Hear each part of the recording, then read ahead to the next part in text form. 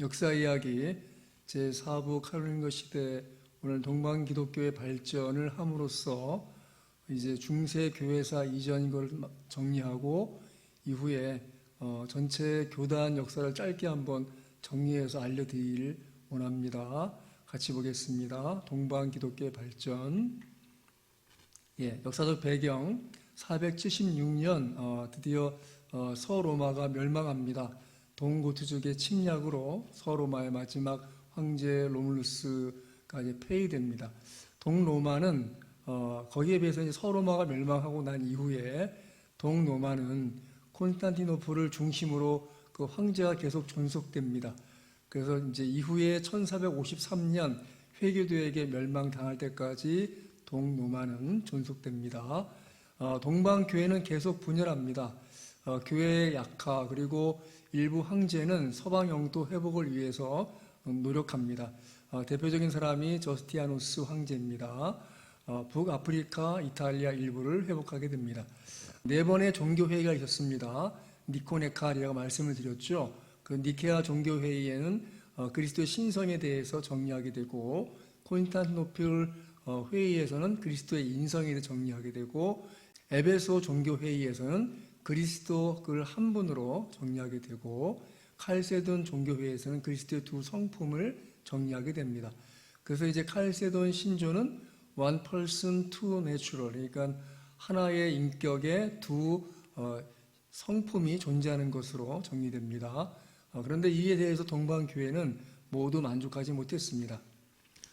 이 단성론과 5차 종교회의 보겠습니다. 안디옥 학파는 그리스도의 인성을 강조하죠. 그래서 그리스도가 신성에 섞이지 않는 그런 인성을 갖고 있다라고 했습니다. 그런데 이제 그 네스토리 학파는 그 예수가 이성론이라고 해서 그리스도의 위격의 하나가 아니고 신격과 인격이라는 두 개의 성격으로 분리되어 구별된다고 보았고, 그래서 이제 이성설이라고 하는데, 이것은 이제 구세주의 신격은 예수의 복음서에 깃들고 있고 인격은 사라진 육신 안에 있음을 의미한다는 것입니다. 그러니까 지금은 이제 승천하신 그리스도께서는 신성만을 갖고 계시다는 그런 의미로 드러난다는 것이죠. 그래서 옳지 않다고 봅니다. 알렉산드리아 학파는 그리스도의 신성을 강조합니다. 마치 신성과 인성이 술과 물과 같아서 섞여 있다라고 보는 것이죠. 그것이 결국은 예수의 단성론으로 봅니다. 그 알렉산드리아의 시릴이 주장하죠. 알렉산드리아 학파 소속 사람들이 칼세돈 신조에 불만을 갖게 됩니다. 이 단성론, 저스티아누스 황제가 통치자와 신학자를 좀 겸하려고 했어요. 종교적으로 많이 좀 개입하고 나름의 정리를 해보려고 했다는 의미가 있습니다. 네스토리오스 학파를 싫어하고 시릴 학파를 좋아했습니다. 따라서 단성론을 강조하죠. 그리스도의 인성은 신성에 흡수됐다. 3장이라는 문서가 남겨집니다. 네스토르파는 그리스도와 인성과 신성의 분리를 강조합니다. 저스티아누스 황제는 3장 문서를 정지하고 싶어 했습니다. 553년 콘스탄티노플 종교회의를 이제 그 황제가 소집하게 돼요. 두 가지 목적이 있었습니다. 3장이라고 제목되어 있는 문서를 정지하고자 했고, 기독론에 대한 칼세돈 신조를 시길처럼 해석하기를 원했죠. 결과는 칼세돈 신조를 인정하게 됩니다. 하나의 인격에 두 성품이 깃들어 있는 것으로 정리가 됩니다. 단성론은 비정통으로 규정하게 되고요. 황제의 의도는 실패하죠. 그리고 오리겐이 이단으로 전개됩니다. 그 이유는 그리스도의 신성은 아버지신 신성 아래 위치한다. 그러니까 하나님의 그 신성 밑에 종속되는 것으로 오리겐이 얘기했는데, 그것은 이제 위단으로 규정합니다. 저스티아누스 황제의 신학적 노력은 실패했지만 다른 면으로 성공을 거두죠. 서방 영토를 많이 회복하고요. 법령을 수집해서 저스티아누스 법령집을 만들고, 건축으로서 대표적인 것은 이제 그 하기야 소피아라고 해서 성 소피아 성당, 지금 이제 터키 이스탄불에 가면 박물관으로 사용하고 있어요. 그 단성론자들이 동방교회 외곽에 존재하게 됩니다. 이제 그 네스토리오 학파들이 이제 정죄받고 이제 그 아라비아를 떠나서 또 동방으로 향하게 되죠.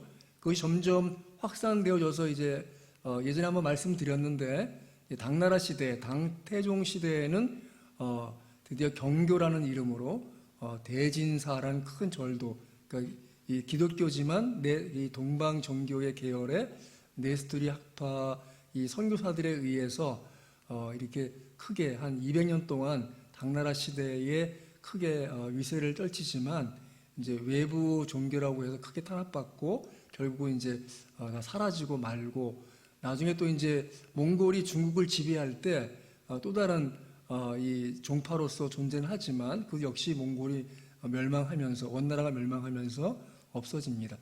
그래서 일부 이제 그 당태종 시대가 우리 한반도 역사에는 신라 시대에 해당하기 때문에 신라 시대 경주에서 발견되는 뭐 돌 십자가나 이런 것들이 경주의 영향이 아니겠는가라고 추정은 하지만 그런 기록물이 없기 때문에 단정할 수는 없습니다.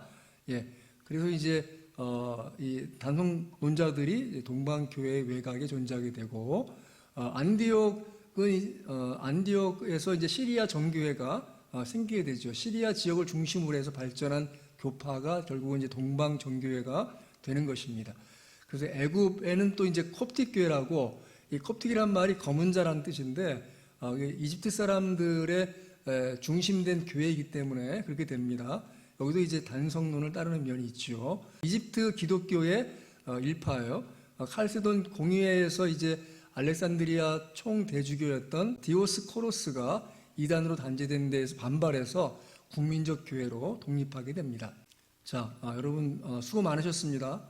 긴 시간 이것 끝까지 잘 들은 사람들을 정말 진심으로 축하드리고 그런 교회적인 역사의 전체 흐름을 다음 주에 한번 짧게 정리해 보도록 하겠습니다. 고맙습니다. 수고하셨습니다.